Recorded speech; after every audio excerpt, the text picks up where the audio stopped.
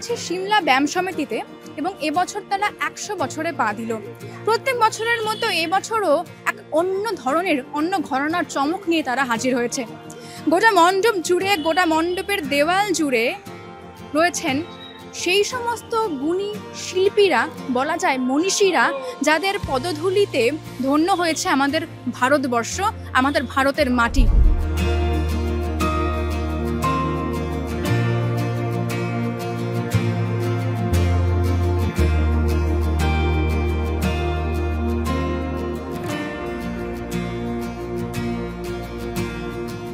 এই বছর যেহেতু এটা আমাদের 100তম বর্ষ, আমাদের পূর্বসূরি যারা, সেই পূর্বসূরিদেরকে আমরা স্মরণ করেছি এবং তাদের ছবি রেখেছি এই প্রাঙ্গণেতে, এবং তাদেরই হাত ধরে আজ সিমলা ব্যায়াম সমিতি এই জায়গায় এসে পৌঁছেছে।